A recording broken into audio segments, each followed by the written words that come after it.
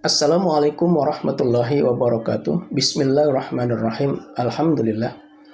Salam sejahtera untuk kita semua. Peserta Latsar yang saya hormati, pada kesempatan pertama ini saya akan menyampaikan tentang pembelajaran agenda 2, yaitu terkait dengan nilai-nilai dasar ASN, khususnya tentang nilai-nilai akuntabilitas. Mata pelatihan akuntabilitas bertujuan untuk membantu peserta untuk menjawab pertanyaan-pertanyaan yang berkaitan dengan akuntabilitas publik. Selain itu juga bertujuan untuk menanamkan nilai-nilai akuntabilitas yang nantinya akan menjadi dasar CPNS dalam berperilaku. Dalam Undang-Undang Nomor 5 Tahun 2014 tentang Aparatur Sipil Negara, kita sebagai ASN mempunyai fungsi sebagai pelaksana kebijakan publik, sebagai pelayan publik, dan sebagai perekat dan pemersatu bangsa. Nah, fungsi kita sebagai ASN ini harus kita lakukan atau harus kita laksanakan dengan penuh tanggung jawab dan dapat dipertanggungjawabkan kepada publik. Selain itu, kita juga sebagai ASN dapat dikatakan sebagai ASN yang akuntabel apabila kita mampu mengambil pilihan yang tepat ketika terjadi konflik kepentingan, tidak terlibat dalam politik praktis, melayani warga atau masyarakat secara adil dan konsisten dalam menjalankan tugas dan fungsi kita sebagai ASN. Dalam mata diklat akuntabilitas, secara substansi pembahasan berfokus pada fasilitas pembentukan nilai-nilai dasar akuntabilitas. Selain itu, peserta diklat akan dibekali dengan pembelajaran mengenai nilai-nilai dasar dan konsep akuntabilitas publik, konflik kepentingan dalam masyarakat, netralitas PNS, keadilan dalam pelayanan publik, transparan dalam memberikan informasi dan data yang dibutuhkan oleh publik, serta sikap dan perilaku yang konsisten. Setelah mengikuti mata diklat akuntabilitas, peserta diklat diharapkan mampu yang pertama yaitu memahami nilai-nilai dasar dan konsep akuntabilitas serta mengaktualisasikannya. Kemudian yang kedua, mempunyai pilihan yang tepat dan benar ketika terjadi konflik kepentingan dalam masyarakat. Kemudian yang ketiga, memahami tugas yang harus dilaksanakan dan sadar akan kepentingan kinerja untuk organisasi. Kemudian melayani masyarakat secara adil dan merata dan menunjukkan sikap netralitas PNS dari kepentingan tertentu. Kemudian yang keenam, menunjukkan sikap dan perilaku yang konsisten. Kemudian yang ketujuh, mengaktualisasikan nilai-nilai dasar akuntabilitas. Kemudian terkait dengan konsep akuntabilitas, kalau kita bicara tentang akuntabilitas sering disamakan dengan responsibilitas. Padahal kedua konsep tersebut memiliki arti yang berbeda. Kalau akuntabilitas diartikan sebagai kewajiban pertanggungjawaban yang harus dicapai, sedangkan responsibilitas atau tanggung jawab adalah kewajiban untuk bertanggung jawab.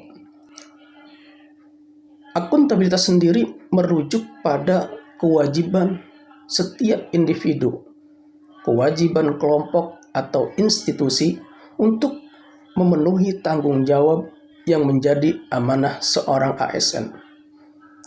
Kemudian apa saja yang menjadi amanah seorang ASN? Amanat seorang ASN adalah menjamin terwujudnya nilai-nilai publik. Dan nilai-nilai publik tersebut antara lain, yang pertama, mampu mengambil pilihan yang tepat dan benar ketika terjadi konflik kepentingan antara kepentingan publik dengan kepentingan sektor, dengan kepentingan kelompok dan kepentingan pribadi. Kemudian yang kedua, memiliki pemahaman dan kesadaran untuk menghindari dan mencegah keterlibatan PNS dalam politik praktis. Kemudian yang ketiga, memperlakukan warga negara secara sama dan adil dalam penyelenggaraan pemerintahan dan pelayanan publik. Dan yang keempat, menunjukkan sikap dan perilaku yang konsisten dan dapat diandalkan sebagai penyelenggara pemerintahan.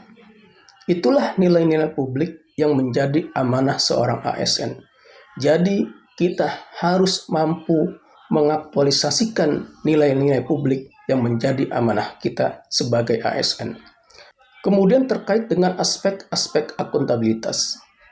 Aspek akuntabilitas yang pertama yaitu akuntabilitas adalah sebuah hubungan. Hubungan yang dimaksud adalah hubungan dua pihak antara individu, kelompok atau institusi dengan negara dan masyarakat. Pemberi kewenangan bertanggung jawab memberikan arahan yang memadai, bimbingan, dan mengalokasikan sumber daya sesuai dengan tugas dan fungsinya. Di lain sisi, individu atau kelompok atau institusi bertanggung jawab untuk memenuhi semua kewajibannya. Oleh karena itu, dalam akuntabilitas, hubungan yang terjadi adalah hubungan yang bertanggung jawab antara kedua belah pihak. Kemudian yang kedua, akuntabilitas berorientasi pada hasil. Hasil yang diharapkan dari akuntabilitas adalah perilaku aparat pemerintah yang bertanggung jawab, adil, dan inovatif. Dalam konteks ini, setiap individu atau kelompok maupun institusi dituntut untuk bertanggung jawab dalam menjalankan tugas dan kewajibannya, serta selalu bertindak dan berupaya untuk memberikan kontribusi untuk mencapai hasil yang maksimal. Kemudian aspek akuntabilitas yang ketiga yaitu akuntabilitas membutuhkan adanya laporan. Laporan kinerja adalah perwujudan dari akuntabilitas. Dengan memberikan laporan kinerja berarti mampu menjelaskan terhadap tindakan dan hasil yang telah dicapai oleh individu, kelompok, maupun institusi, serta mampu memberikan bukti nyata dari hasil dan proses yang telah dilakukan. Dalam dunia birokrasi, bentuk akuntabilitas setiap individu dapat berwujud suatu laporan yang didasarkan pada kontrak kerja. Sedangkan untuk institusi adalah dalam berupa lakip. Kemudian aspek akuntabilitas yang keempat yaitu akuntabilitas memerlukan konsekuensi. Akuntabilitas adalah kewajiban. Kewajiban menunjukkan tanggung jawab, dan tanggung jawab menghasilkan konsekuensi.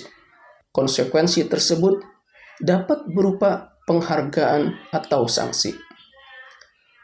Kemudian aspek akuntabilitas yang kelima yaitu akuntabilitas memperbaiki kinerja. Tujuan utama dari akuntabilitas ini untuk memperbaiki kinerja PNS dalam memberikan pelayanan kepada masyarakat. Dalam pendekatan akuntabilitas yang bersifat proaktif, akuntabilitas dimaknai sebagai sebuah hubungan dan proses yang direncanakan untuk mencapai tujuan yang telah ditetapkan sejak awal, penempatan sumber daya yang tepat, dan evaluasi kinerja.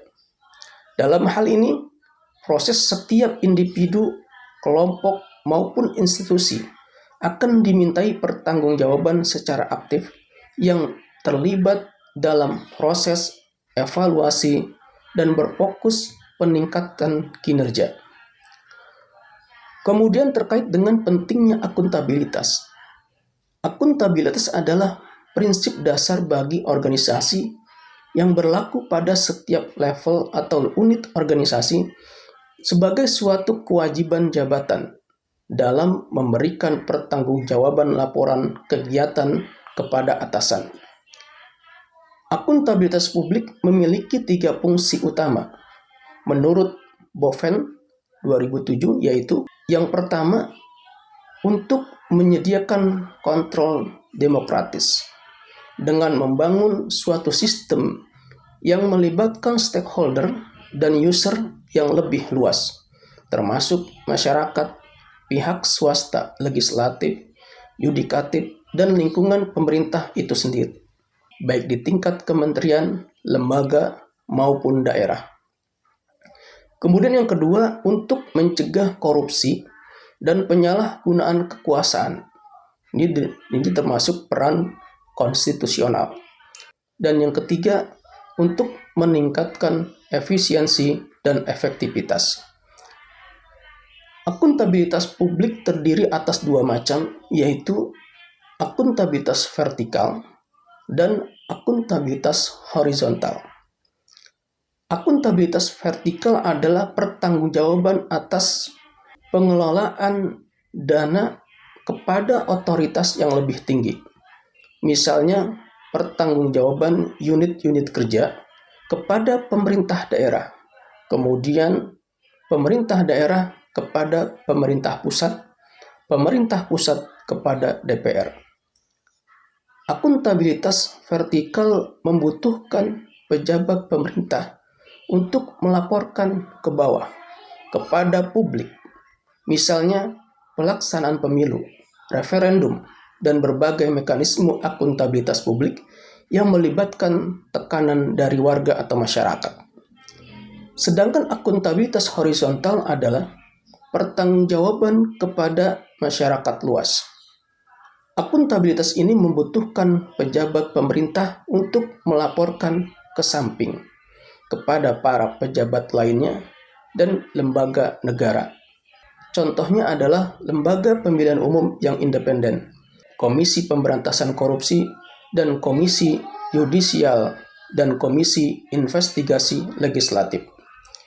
Akuntabilitas sendiri memiliki 5 tingkatan yang berbeda, yaitu akuntabilitas personal, akuntabilitas individu, akuntabilitas kelompok, akuntabilitas organisasi, dan akuntabilitas stakeholder.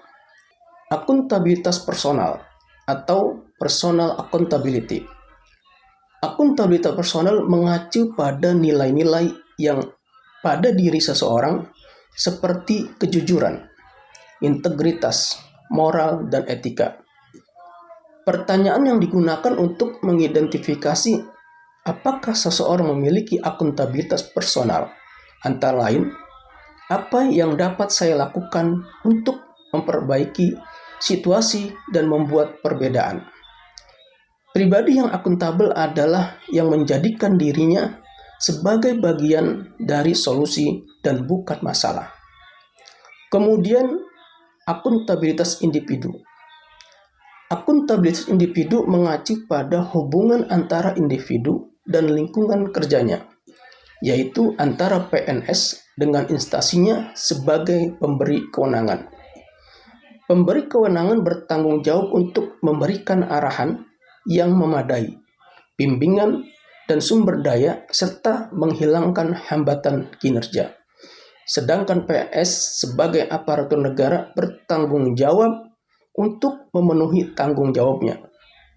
Pertanyaan penting yang digunakan untuk melihat tingkat akuntabilitas individu seseorang PNS adalah, apakah individu mampu untuk mengatakan, ini adalah tindakan yang telah saya lakukan, dan ini adalah apa yang akan saya lakukan untuk membuatnya menjadi lebih baik.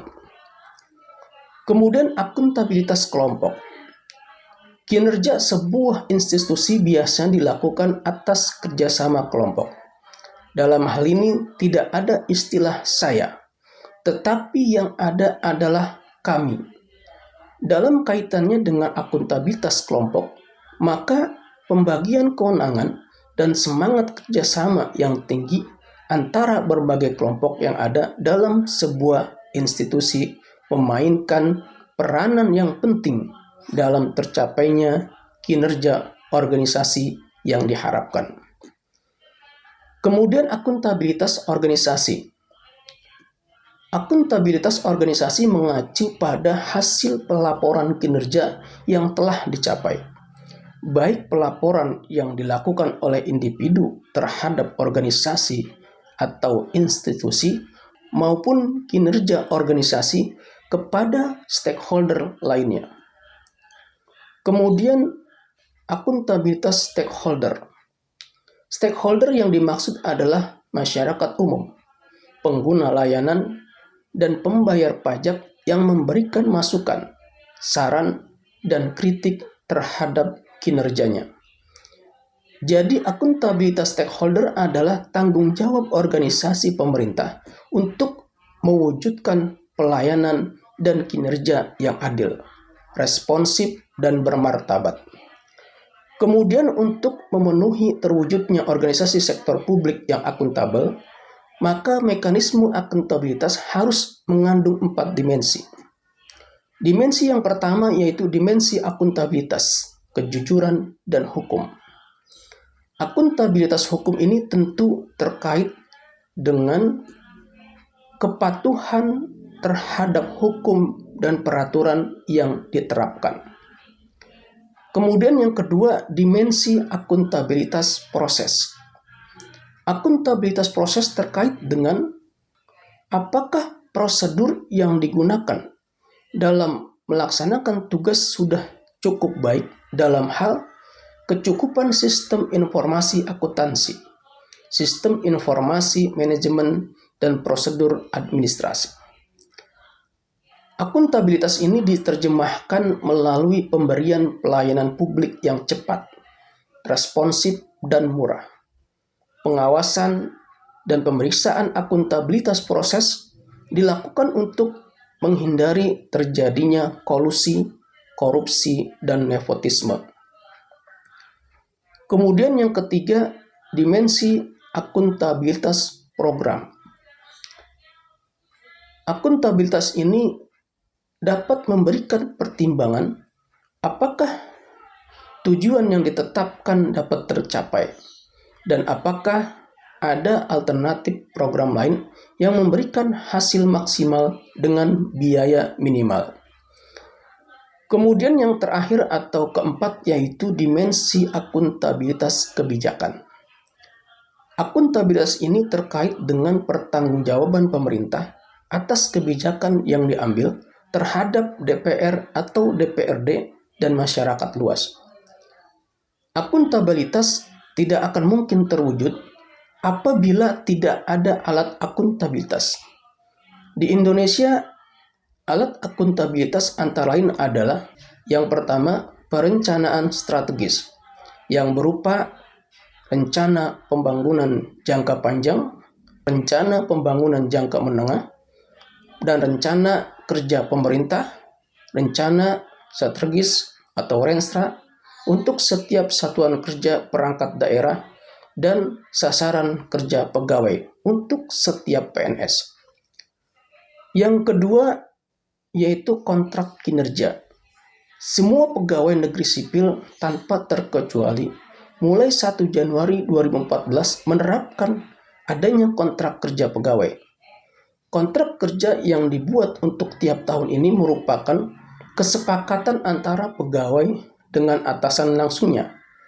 Kontrak atau perjanjian kerja ini merupakan implementasi dari peraturan pemerintah nomor 46 tahun 2011 tentang penilaian prestasi kerja PNS. Kemudian yang ketiga yaitu laporan kinerja, yaitu berupa laporan akuntabilitas kinerja instansi pemerintah atau LAKIP yang berisi perencanaan dan perjanjian kinerja pada tahun tertentu, pengukuran dan analisis capaian kinerja, serta akuntabilitas keuangan. Para peserta latsar yang saya hormati, untuk menciptakan lingkungan kerja yang akuntabel, diantaranya ditentukan melalui aspek kepemimpinan, di mana pemimpin memainkan peranan yang penting dalam menciptakan lingkungannya, memberikan contoh atau teladan. Kemudian aspek transparansi, Aspek integritas, aspek tanggung jawab, aspek keadilan, aspek kepercayaan, aspek keseimbangan, aspek kejelasan, dan aspek konsistensi. Kemudian terkait dengan langkah-langkah yang harus dilakukan dalam menciptakan framework akuntabilitas lingkungan kerja PNS adalah yang pertama, menentukan tujuan yang ingin dicapai dan tanggung jawab yang harus dilakukan.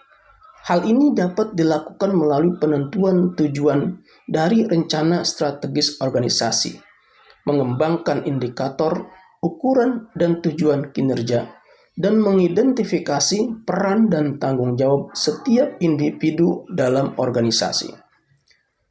Yang kedua, melakukan perencanaan atas apa yang perlu dilakukan untuk mencapai tujuan. Cara ini dapat dilakukan melalui identifikasi program atau kebijakan yang perlu dilakukan, siapa yang bertanggung jawab, kapan akan dilaksanakannya, dan biaya yang dibutuhkan. Selain itu, perlu dilakukannya identifikasi terhadap sumber daya yang dimiliki organisasi serta konsekuensinya. Apabila program atau kebijakan tersebut berhasil atau gagal untuk dilakukan. Yang ketiga, melakukan implementasi dan memantau kemajuan yang sudah dicapai. Hal tersebut penting dilakukan untuk mengetahui hambatan dari implementasi kebijakan atau program yang telah dilakukan. Kemudian yang keempat, memberikan laporan hasil secara lengkap, mudah dipahami, dan tepat waktu. Hal ini perlu dilakukan sebagai wujud untuk menjalankan akuntabilitas dalam menyediakan dokumentasi dengan komunikasi yang benar serta mudah dipahami. Dan yang kelima, melakukan evaluasi hasil dan menyediakan masukan atau feedback untuk memperbaiki kinerja yang telah dilakukan melalui kegiatan-kegiatan yang bersifat korektif. Kemudian terkait dengan transparansi dan akses informasi. Keterbukaan informasi telah dijadikan standar normatif untuk mengukur legitimasi sebuah pemerintahan. Dalam payung besar demokrasi, pemerintah senantiasa harus terbuka kepada rakyatnya sebagai bentuk legitimasi. Partisipasi ini dapat berupa pemberian dukungan atau penolakan terhadap kebijakan yang diambil pemerintah atau evaluasi terhadap suatu kebijakan. Dengan diterbitkannya Undang-Undang Nomor 14 Tahun 2008 tentang keterbukaan informasi publik, konteks lahirnya undang-undang ini secara substansi adalah memberikan jaminan konstitusional agar praktek demokratisasi dan good governance bermakna bagi proses pengambilan kebijakan terkait kepentingan publik yang bertumpu pada partisipasi masyarakat maupun akuntabilitas lembaga penyelenggara kebutuhan publik. Kemudian terkait dengan praktek kecurangan dan perilaku korup, aparat pemerintah dituntut untuk mampu menyelenggarakan pelayanan yang baik untuk publik. Hal ini berkaitan dengan tuntutan untuk memenuhi etika birokrasi yang berfungsi memberikan pelayanan kepada masyarakat. Etika pelayanan publik sendiri adalah suatu panduan atau pegangan yang harus dipatuhi oleh para pelayan publik atau birokrat untuk menyelenggarakan pelayanan yang baik untuk publik. Buruknya sikap aparat sangat berkaitan dengan etika. Pada umumnya, kecurangan terjadi karena 3 hal yang dapat terjadi secara bersamaan, yaitu yang pertama, peluang untuk melakukan kecurangan. Peluang ini biasanya muncul sebagai akibat lemahnya pengendalian internal di organisasi. Terbukanya kesempatan ini juga dapat menggoda individu atau kelompok yang sebelumnya tidak memiliki motif untuk melakukan kecurangan. Kemudian yang kedua, insentif atau tekanan untuk melakukan kecurangan. Beberapa contoh dapat timbul karena masalah keuangan pribadi. Sifat-sifat buruk seperti berjudi, suka narkoba, kemudian suka berhutang yang berlebihan, dan waktu dan target kerja yang tidak realistis. Kemudian yang ketiga, sikap atau rasionalisasi untuk membenarkan tindakan curang. Hal ini terjadi karena seseorang mencari pembenaran atas aktivitasnya yang mengandung kecurangan. Pada umumnya para pelaku kecurangan meyakini atau merasa bahwa tindakannya bukan merupakan suatu kecurangan, tetapi adalah suatu yang memang merupakan haknya. Bahkan kadang pelaku merasa telah berjasa karena telah berbuat banyak untuk organisasinya. Dalam beberapa kasus lainnya terdapat pula kondisi di mana pelaku tergoda untuk melakukan kecurangan karena merasa rekan kerjanya juga melakukan hal yang sama dan tidak menerima sanksi atas tindakan kecurangan tersebut. Keberhasilan pembangunan suatu etika perilaku dan kultur organisasi yang anti kecurangan dapat mendukung secara efektif penerapan nilai-nilai budaya kerja yang sangat erat hubungannya dengan hal-hal atau faktor-faktor penentu keberhasilannya yang saling terkait antara satu dengan yang lainnya. Yang pertama, komitmen dari top manajemen dalam organisasi. Kemudian yang kedua, membangun lingkungan organisasi yang kondusif. Dan yang ketiga, perekrutan dan promosi pegawai. Dan yang keempat, pelatihan nilai-nilai organisasi atau entitas dan standar-standar pelaksanaan.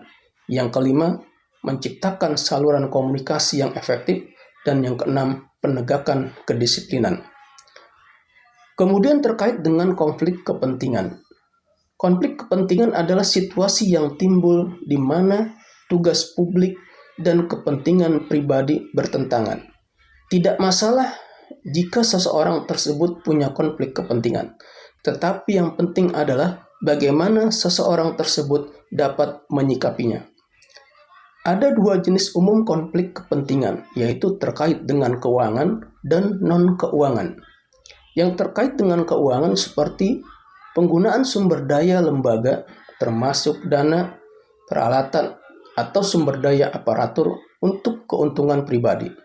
Sedangkan contoh non-keuangan yaitu penggunaan posisi atau wewenang untuk membantu diri sendiri dan atau orang lain. PNS harus memastikan kepentingan pribadi atau keuangan tidak bertentangan dengan kemampuan PNS untuk melakukan tugas-tugas resmi dengan tidak memihak. Ketika konflik kepentingan yang timbul antara kinerja tugas publik dan kepentingan pribadi atau personal, maka PNS dapat memilih untuk kepentingan umum. Jika konflik muncul, PNS dapat melaporkan kepada pimpinan secara tertulis untuk mendapatkan bimbingan mengenai cara terbaik dalam mengelola situasi secara tepat, agar tidak terjadi konflik kepentingan dalam melaksanakan tugasnya. Peserta latsar yang saya hormati, demikian materi tentang akuntabilitas. Mudah-mudahan materi akuntabilitas yang sudah dipelajari dapat diaktualisasikan dalam lingkungan tugas maupun kehidupan sehari-hari. Demikian, terima kasih atas perhatiannya. Wassalamualaikum warahmatullahi wabarakatuh.